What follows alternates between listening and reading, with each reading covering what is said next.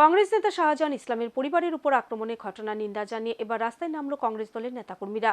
রাজ্যের বিভিন্ন প্রান্তের সাথে ধর্মনগরে এই ঘটনার প্রতিবাদ জানিয়ে সংঘটিত হয় বিক্ষোভ মিছিল। জেলা কংগ্রেস ভবনের সামনে কালো পেজ পরিধান করে বিক্ষোভে সামিল হন নেতাকর্মীরা।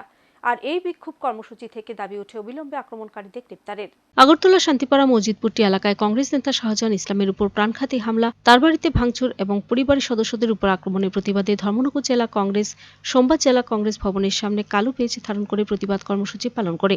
এই কর্মসূচিতে উপস্থিত ছিলেন ধর্মনগর জেলা কংগ্রেস সভাপতি জিৎ দাস, কংগ্রেস নেতা চয়ন ভট্টাচার্য, যুব কংগ্রেস নেতা জাহাঙ্গীর হোসেন এবং মহিলা কংগ্রেস উত্তর ত্রিপুরা জেলা সভানেত্রী মানসী মালাকার।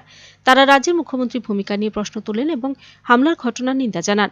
কংগ্রেসের পক্ষ থেকে দাবি করা হয়, শান্তিপাড়া মসজিদ এলাকায় শাহজাহান ইসলামের বাড়িতে হামলা চালিয়ে মূল্যবান জিনিসপত্র ভাঙচুর করা হয়েছে এবং তার বৃদ্ধ মা বাবা ও স্ত্রীকে আক্রমণ করা হয়েছে। এছাড়াও প্রদেশ কংগ্রেস সভাপতি ও সিডব্লিউসি সদস্যের পরিদর্শনকালে তাদের উপর অকথ্য গালাগাল ও ইট পাটকেল নিক্ষেপ করা হয়েছে।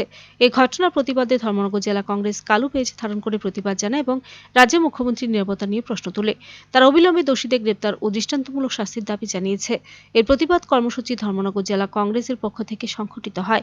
এতে কংগ্রেসের বিভিন্ন স্তরের নেতৃবৃন্দ অংশগ্রহণ করেন। সরকার ত্রিপুরা রাজ্যে আছে, প্রগতিশীল সরকার বলে তারা দাবি করে।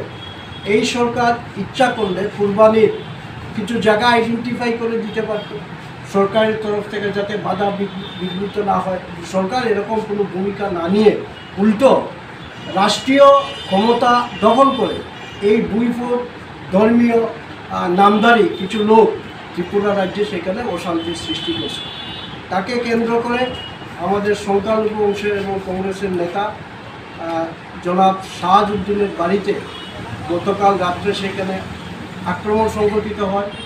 এই ঘটনার তীব্র প্রতিবাদ সে করেছিল এবং এই ঘটনাকে কেন্দ্র করে আমাদের প্রদেশ কংগ্রেসের মাননীয় সভাপতি আশিস শাহ এবং সিডব্লিউসির মেম্বার শ্রদ্ধেয় সুদীপ রায়বর্মন তার বাড়িতে যান।